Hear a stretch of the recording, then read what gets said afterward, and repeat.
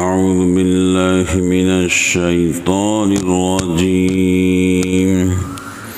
بسم الله الرحمن الرحيم.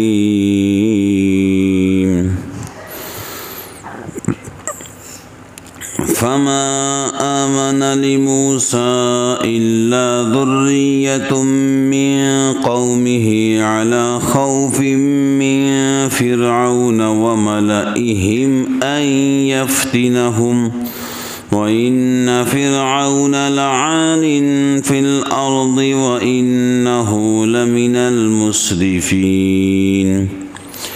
وقال موسى يا قوم إن كنتم آمنتم بالله فعليه توكلوا إن كنتم مسلمين.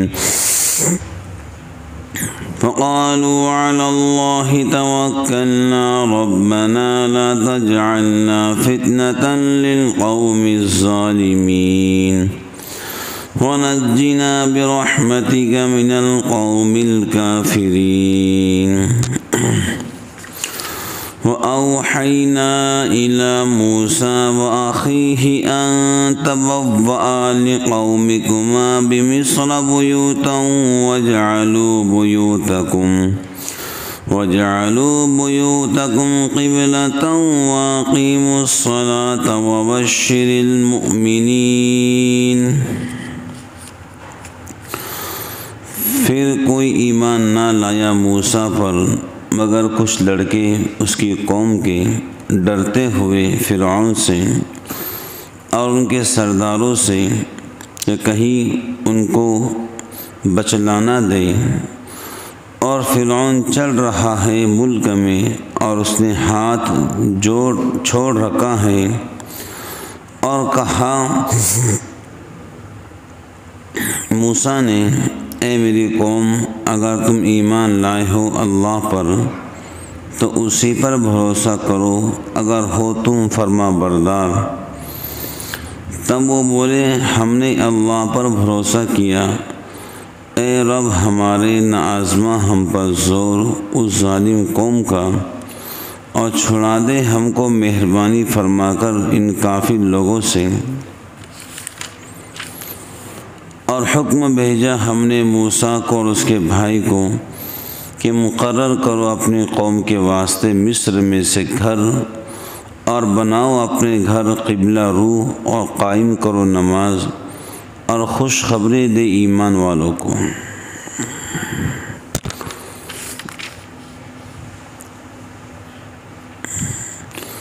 اللہ تعالیٰ نے جو حضرت موسیٰ علیہ السلام کا عصا تھا وہ اژدہا بن جایا کرتا تھا، تو شروع میں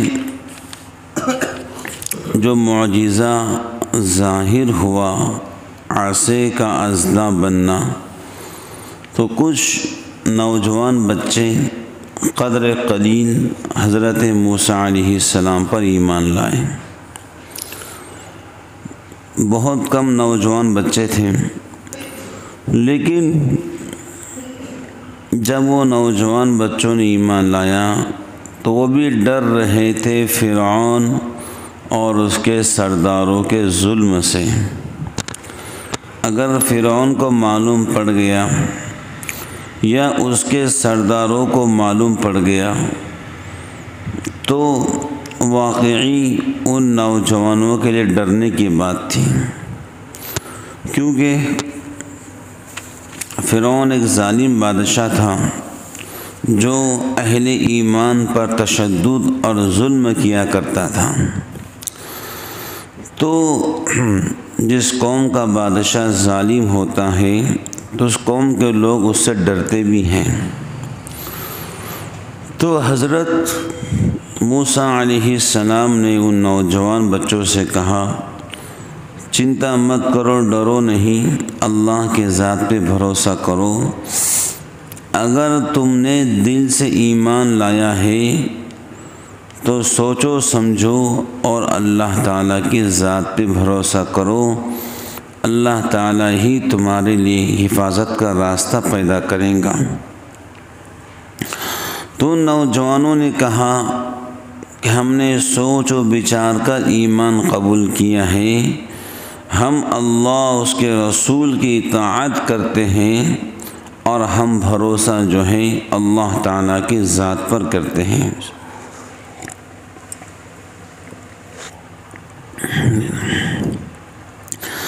تو اہل ایمان کو چاہیے کہ وہ اللہ تعالیٰ کے ذات پہ بھروسہ کریں، اور جب انسان اللہ تعالیٰ کے ذات پہ بھروسہ کر لیتا ہے تو پھر خود اللہ تعالیٰ اس کے لیے راستے بنا دیتے ہیں۔ تو حضرت موسیٰ علیہ السلام نے دعا فرمائی، یا اللہ ہم کو ظالم لوگوں کا تختہ مشق نہ بنا، ہم کو ظالم لوگوں کا تختہ مشق نہ بنا، اور ہم کو اپنی رحمت کے صدقے ان کافروں سے نجات دے دے۔ اللہ تعالیٰ سے جو ہے دعا کرنا چاہیے کہ جو لوگ آپ کو تنگ کرتے ہیں یا پریشان کرتے ہیں، آپ جو ہیں اللہ تعالیٰ سے دعا کریں کہ اللہ تعالیٰ ہم کو ان سے نجات دے دیں۔ تو حضرت موسیٰ علیہ السلام نے بھی دعا فرمائی، اے اللہ ہم کو ظالم لوگوں کا تختہ مشق نہ بنا، بلکہ ان کافروں سے ہم کو نجات دے دیں۔ اللہ تعالیٰ نے حکم بھیجا موسیٰ علیہ السلام کو اور ان کے بھائی ہارون علیہ السلام کو کہ مقرر کرو اپنے قوم کے واسطے، اپنے گھروں میں مقرر کرو اپنے قوم کے واسطے مصر میں سے گھر، اور بناؤ اپنے گھر قبلہ رو۔ جو لوگ مسلمان ہوئے تھے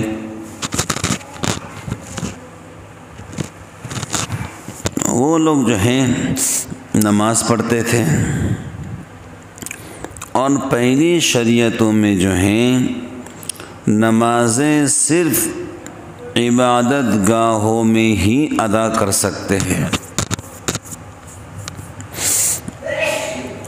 اور پہلی شریعتوں میں جو ہے گھر پہ نماز ادا نہیں ہوتی تھی۔ جو گھر پہ نماز پڑھنا چاہے تب بھی اس کی نماز ادا نہیں ہوتی۔ جنگل میں وہ نماز نہیں پڑھ سکتا، صرف جو عبادت گاہیں عبادت کے لیے بنی ہے وہیں پر جا کر نماز پڑھنا اس کے لیے ضروری تھا، اس کے بغیر اس کے نماز ہی نہیں ہوتی۔ اب جب فرعون نے دیکھا کہ لوگ مسجدوں میں جا رہے ہیں، نمازیں پڑھ رہے ہیں، تو فرعون نے مسلمانوں کی عبادت گاہوں کو توڑ پھوڑ کے رکھ دیا۔ جناب رسول اللہ صلی اللہ علیہ وسلم نے فرمایا، اللہ تعالیٰ نے مجھے کچھ خصوصیات دے کر بھیجا ہے۔ اللہ تعالیٰ نے میرے اوپر 6 خصوصیات اللہ تعالیٰ نے جو ہیں مجھے 6 خصوصیات دی ہیں۔ اس میں سے ایک یہ بات ہے کہ اللہ تعالیٰ نے پوری زمین کو میرے واسطے اور میرے واسطے سے امت کے واسطے پورے روئے زمین کو اللہ نے سجدہ گاہ بنا دیا ہے۔ یعنی مسلمان جنگل میں ہے تو جنگل میں بھی نماز پڑھ سکتا ہے، مسلمان سفر میں ہے تو سفر میں بھی نماز پڑھ سکتا ہے۔ یہ گنجائش صرف اس امت کے واسطے ہے، ورنہ دیگر امتوں کے واسطے گنجائش نہیں تھی۔ اور مسلمانوں کو چاہیے کہ وہ اپنے فرض نمازیں مسجد میں ادا کریں۔ جماعت کے ساتھ نماز پڑھنا سنت موقدہ ہے۔ جماعت کے ساتھ مسجدوں میں نماز پڑھنا یہ جو ہے سنت موقدہ ہے۔ ہاں نفل اور سنتیں گھر میں پڑھنا یہ افضل ہے۔ نفل اور سنتیں گھر میں پڑھنا افضل ہے، باقی فرض نماز مسجد میں ادا کرنا سنت موقدہ ہے۔ جب فرعون نے جو لوگ عبادت کرتے تھے مسجدوں کے اندر توڑ دیا، تو اللہ تعالیٰ نے پیغام بھیجا موسیٰ علیہ السلام کو اور ہارون علیہ السلام کو کہ تم اپنے قوم سے کہو کہ وہ گھر بنائیں، لیکن قبلہ رو گھر بنائیں۔ وہ گھر تو بنائیں لیکن قبلہ رو گھر بنائیں، تاکہ عارضی طور پر مسلمان اپنے ہی گھروں میں نماز ادا کریں۔ عارضی طور پر، دائمی طور پر یہ حکم نہیں تھا موسیٰ علیہ السلام کی شریعت میں۔ عارضی طور پر تم گھر بناؤ اور اپنے گھروں کا رخ قبلہ رو بناؤ اور اپنے اپنے گھروں میں نماز کو ادا کرو۔ تو یہاں یہ سوال پیدا ہوتا ہے، قابل غور ہے، کہ اس آیت میں بنی اسرائیل کو جس قبلے کی طرف رخ کرنے کا حکم دیا گیا ہے اس سے مراد کون سا قبلہ ہے؟ تو کعبہ یا بیت المقدس؟ تو حضرت عبداللہ بن عباس رضی اللہ عنہما فرماتے ہیں اس سے مراد کعبۃ اللہ ہے، اور کعبہ ہی حضرت موسیٰ علیہ السلام اور ان کے اصحاب کا قبلہ تھا۔ بلکہ بعض علماء نے فرمایا تمام انبیاء سابقین کا قبلہ اصل میں کعبہ ہی تھا۔ اور اس حدیث میں ارشاد ہے کہ یہود اپنی نمازوں میں صخرہ بیت المقدس کے طرف رخ کرتے ہیں، اس کو اس زمانے پر محمول کیا جائے گا جبکہ حضرت موسیٰ علیہ السلام مصر چھوڑ کر بیت المقدس کے طرف روانہ ہوئے۔ یہ اس کے منافی نہیں کہ قیام مصر کے زمانے میں آپ کا قبلہ بیت اللہ ہو۔ قیام مصر کے زمانے میں آپ کا قبلہ بیت اللہ ہو، تو اس آیت سے یہ ثابت ہوتا ہے کہ نماز کے لیے استقبال قبلے کی شرط انبیاء سابقین کے زمانے میں بھی تھی۔ بھئی نماز کے لیے جو ہے استقبال قبلے کی شرط انبیاء سابقین کے اندر بھی موجود تھی۔ اسی طرح طہارت اور ستر عورت کا تمام انبیاء سابقین کے شریعتوں میں شرط نماز ہونا بھی معتبر روایات سے ثابت ہے۔ ستر عورت کا پردہ اور طہارت، کیا طہارت یہ جو ہے پچھلے انبیاء علیہ السلام کے زمانے کے اندر بھی تھی، یعنی بغیر طہارت کے نماز نہیں ہوتی۔ کوئی بندہ طہارت نہ لے، پانی نہ لے تو اس کی نماز کہاں سے ہوگی؟ بات سمجھ گئے؟ نماز کے لیے شرط ہے کہ انسان کا پاک و صاف ہونا، اندرونی بدن بھی پاک ہونا، کپڑے بھی پاک و صاف ہونا، جہاں نماز پڑھ رہے ہیں وہ جگہ بھی پاک و صاف ہونا، یہ شرط ہے نماز کے لیے۔ بلکہ رسول اللہ صلی اللہ علیہ وسلم نے فرمایا اکثر عذاب قبر طہارت میں اہتمام اکثر عذاب قبر طہارت میں اہتمام نہ کرنے کے طرف سے ہوگا۔ اکثر عذاب قبر طہارت میں اہتمام نہ کرنے کے طرف سے ہوگا۔ بات سمجھ گئے؟ اس واسطے طہارت کے اندر بہت زیادہ اہتمام کرنا چاہیے۔ کیا کرنا چاہیے بولو؟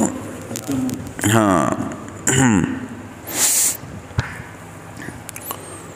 بہت سارے لوگ جو ہیں طہارت میں اہتمام نہیں کرتے، گڑبڑی کیا بولتے ہیں اس کو، گڑبڑی میں طہارت کرتے ہیں، اس میں بہت اہتمام کرنا چاہیے۔ کوئی قطرے کپڑے کو نہیں لگنا چاہیے۔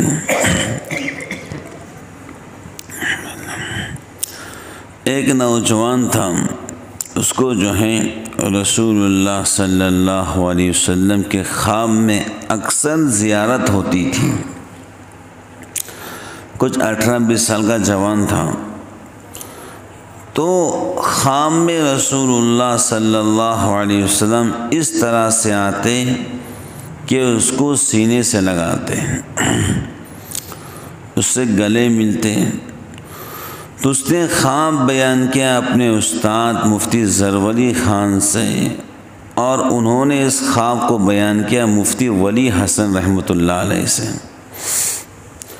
تو مفتی ولی حسن رحمۃ اللہ علیہ نے کہا کہ بھائی، جو نوجوان کو رسول اللہ صلی اللہ علیہ وسلم خواب میں روزانہ اپنے سینے سے لگا رہے ہیں، گلے مل رہے ہیں، اس کا مطلب یہ ہے کہ اب اس جوان کا انتقال ہونے والا ہے۔ کیا ہونے والا ہے؟ 18-20 سال کا جوان تھا، کوئی بیماری نہیں تھی۔ تو مفتی ولی حسن رحمۃ اللہ علیہ نے مفتی زرولی خان صاحب سے کہا کہ تمہارے دوست کا انتقال ہونے والا ہے۔ تو بہرحال اس جوان کا انتقال ہو گیا، یہ خواب کے بعد ہی انتقال ہوا۔ تو مفتی زرولی خان صاحب کے خواب میں بچہ کچھ دنوں کے بعد آیا، کیا بنا؟ کہا اللہ نے تو جنت دے دی، لیکن 10-15 دن جنت میں جانے سے روک دیا گیا۔ کیوں؟ کہ طہارت میں اہتمام نہ کرنے کی طرف سے اللہ تعالیٰ نے جنت میں جانے سے 10-15 دن روک دیا۔ طہارت میں اہتمام نہ کرنے کی طرف سے۔ اور لوگ آتے ہیں بھاگتے بھاگتے طہارت کرتے، بھاگتے بھاگتے وضو کرتے، یا تو جلدی آؤ یا پھر اطمینان سے کرو، دو ہی کام کرو، یا تو پھر جلدی آ جاؤ یا پھر اطمینان سے طہارت کرو۔ اقیم الصلاۃ کہ اللہ تعالیٰ نے حضرت موسیٰ علیہ السلام کے زمانے کے اندر بھی نماز کا حکم دیا، بلکہ تمام انبیاء علیہ السلام کے شریعتوں میں نماز کا حکم تھا ان کی اپنی امت کے لیے۔ نماز کسی بھی امت کو معاف نہیں تھی، بلکہ ہر شریعت میں 2 چیزوں کا حکم تھا، نماز پڑھو، زکوٰۃ دو۔ بات سمجھ گئے؟ تو جو اہل ایمان اللہ رب العالمین کی مانے گا، نمازیں پڑھیں گا، تو اللہ تعالیٰ نے خوشخبری دی ہے اس کے اندر کہ حضرت موسیٰ علیہ السلام اور ان کی قوم کو اللہ تعالیٰ دشمنوں پر غلبہ نصیب کریں گا۔ کیا؟ نماز کی پابندی کرو اپنے اپنے گھروں میں، تو اللہ تعالیٰ نے خوشخبری دی ہے کہ ہم دشمنوں پر تم کو غلبہ دیں گے، اور پھر دشمنوں پر غلبہ ملنے کے بعد آخرت میں ہم تم کو جنت دیں گے۔ یہی ہوا حضرت موسیٰ علیہ السلام کے ساتھ میں کہ اللہ تعالیٰ نے آپ کو غلبہ نصیب فرمایا اور سامنے والے دشمنان خدا کو مغلوب کیا اور آپ غالب آئے۔ تو جو بھی نماز پڑھیں گا اللہ تعالیٰ اس کو غالب رکھیں گے اور اس کے دشمنوں کو مغلوب رکھیں گے، اور آخرت کے اندر اللہ تعالیٰ اس کو جنت نصیب فرمائیں گے۔ اللہ تعالیٰ سے دعا کرتے ہیں اللہ تعالیٰ ہم سب کو عمل کی توفیق عطا فرمائے، آمین ثم آمین، وآخر دعوانا ان الحمد للہ رب العالمین۔